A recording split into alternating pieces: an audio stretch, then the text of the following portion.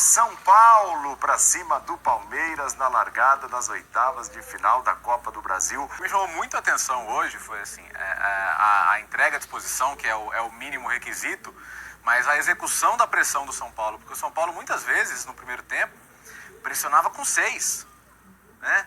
E isso engrandece, por exemplo, a atuação do Gabriel Neves, que talvez a melhor dele com a camisa do São Paulo. Porque muita coisa podia estourar nele lá atrás, e ele às vezes percorrendo longas distâncias, saindo para dar bote, para dar cobertura, mas todo mundo executando o tempo inteiro com intensidade e com pouco tempo de intervalo. Né? Então o nível físico do São Paulo no primeiro tempo também me chamou bastante atenção. Então o nível físico do São Paulo no primeiro tempo também me chamou bastante atenção. Né? O Patrick é um jogador que no começo do ano deixou muitas dúvidas nos primeiros jogos, hoje mais uma vez se destacou, mais uma vez balançou as redes, mais uma vez foi importante.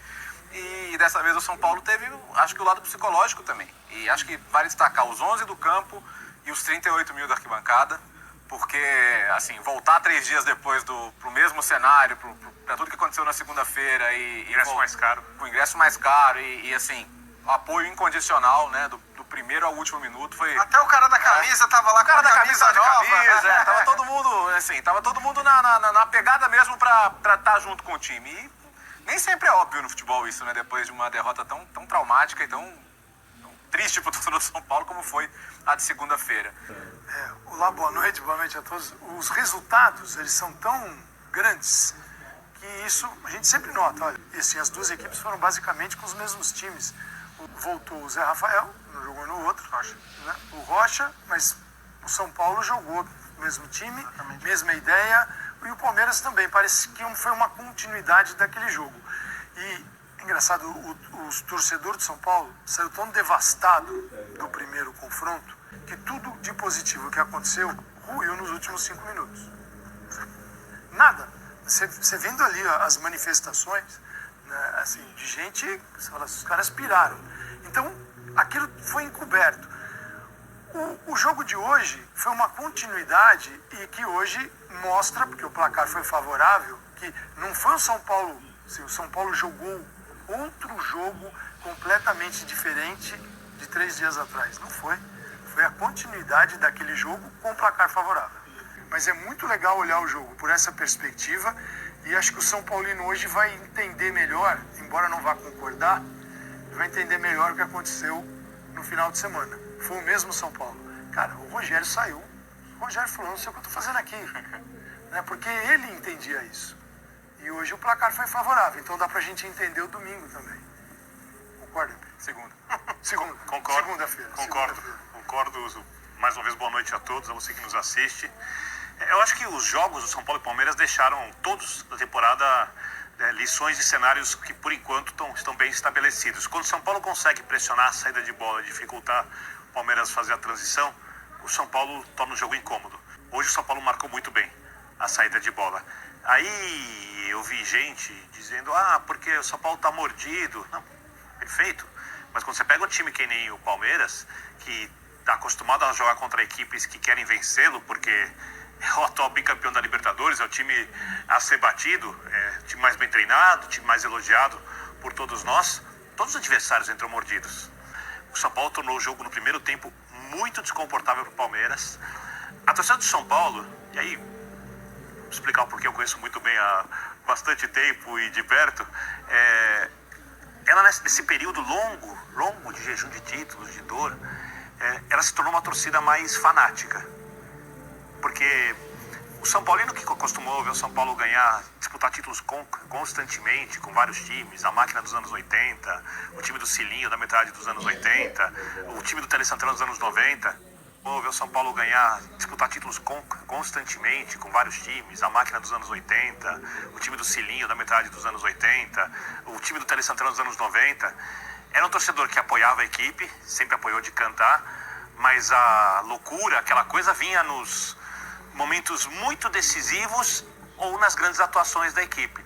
Hoje você vê o time de São Paulo jogando, às vezes jogos, por exemplo, no estadual, na primeira fase, sem tanto valor, e a torcida barulhenta. Hoje a torcida foi muito barulhenta.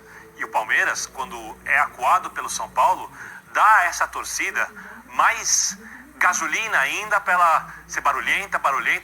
E hoje no Morumbi, no primeiro tempo, o São Paulo fez para mim a sua melhor atuação em toda a temporada, levando em conta, obviamente, que ele enfrentou uma equipe muito forte. E o São Paulo, como disse o Tian na abertura, conseguiu evitar que o Palmeiras em todo o jogo não finalizasse uma vez na direção do gol. Foram 2 finalizações do Palmeiras dentro da área contra 9 do São Paulo na partida inteira. Porque o São Paulo no segundo tempo, quando não teve mais força para marcar no campo de ataque, o São Paulo conseguiu fazer uma marcação fora da grande área. O Palmeiras teve um pouco mais a bola no campo de frente, mas o São Paulo não foi empurrado para dentro da sua área, como aconteceu na última segunda-feira, como aconteceu na final do estadual, jogando no Allianz Parque, e é uma situação que o Rogério sabe que o São Paulo sucumbe. E é uma situação que o Rogério quis evitar na segunda-feira, apesar das críticas que a gente o São Paulo recuou, o técnico do São Paulo recuar. Não mandou o São Paulo recuar, o Palmeiras empurrou o São Paulo. E para mim, como disse o Bertozzi, o São Paulo chegou antes em todas as divididas, chegou antes em todos os lances, o São Paulo estava mais inteiro no jogo. Eu acho que poucas vezes, Bertozzi, a gente tem a oportunidade de escancarar o absurdo das críticas feitas aos treinadores de futebol, como a gente tem numa semana como essa. Porque, de fato, o São Paulo já tinha jogado bem contra o Palmeiras. Eu não acho que aquele recuo do São Paulo na segunda-feira se deva a uma ordem do Rogério Ceni. Certamente não. Certamente não. Como eu escrevi no post, todas as alterações feitas pelo Ceni naquela partida faziam sentido. Tinha uma explicação. Você pode dizer que não deu certo, e aí eu até estou de acordo que uma ou outra não deu certo, porque o futebol é assim. Você faz alterações que tenham uma explicação, que tenham um sentido para minimizar as chances do adversário e para potencializar as suas qualidades, e às vezes isso acaba não dando certo. Mas o que se atribuiu, e aí eu estou falando de muito torcedor do São Paulo mesmo, e eu vi pelas respostas do post que eu coloquei, na hora que eu coloquei nas redes sociais, é absurdo o que se atribuiu aquela derrota ao Rogério Ceni. Então a gente tem essa mania aqui de assim, tudo é mérito do técnico, tudo é demérito do técnico. E não é assim. É óbvio que o Palmeiras chegou ao estágio que chegou muito por conta do seu treinador. Não se discute isso. E não quer dizer que o seu treinador vai acertar em todos os jogos, em todas as escalações. Já não tinha se mostrado uma boa escalação e o Palmeiras ganhou aquele jogo. E o São Paulo, que já tinha feito um bom jogo, perdeu. Mas aí tudo era culpa do Rogério Ceni. Hoje ele repete o time vai muito bem novamente no primeiro tempo. Já tinha ido bem, mas acho que foi até melhor, porque não permitiu, depois de ter feito o gol, que o Palmeiras passasse a se impor, porque mesmo no primeiro tempo do jogo de segunda, o Palmeiras criou suas oportunidades. Ou que é fruto de uma ideia do Rogério, da marcação alta, bem feita, em todo o primeiro tempo. Então, mas é isso, né, Bina? Assim, só para resumir, porque raras vezes a gente tem o mesmo confronto 2 vezes na semana, com uma vitória de um lado e uma vitória do outro lado. E com roteiros parecidos. Não vou dizer que os jogos foram iguais, e acho que se não foram iguais é também porque acho que os próprios jogadores do São Paulo sentiram que não poderiam fazer aquilo que fizeram na segunda-feira, mas poucas vezes a gente tem a chance tão clara de escancarar o resultadismo na avaliação dos técnicos de futebol no Brasil. Eu acho que a relação do brasileiro com o futebol sempre precisa de psicanálise. Porque o brasileiro é aquele que acha que o individual vai sempre resolver tudo, nunca é o coletivo, isso é histórico. É individual, né? Alguém que pega, dribla todo mundo, faz o gol, e ao mesmo tempo, quando vem um resultado ruim, ele atribui só ao treinador, os treinadores... Ao individual. De um profissional. Do lado de fora. Quer dizer, nunca é o coletivo, e nem o aleatório do jogo.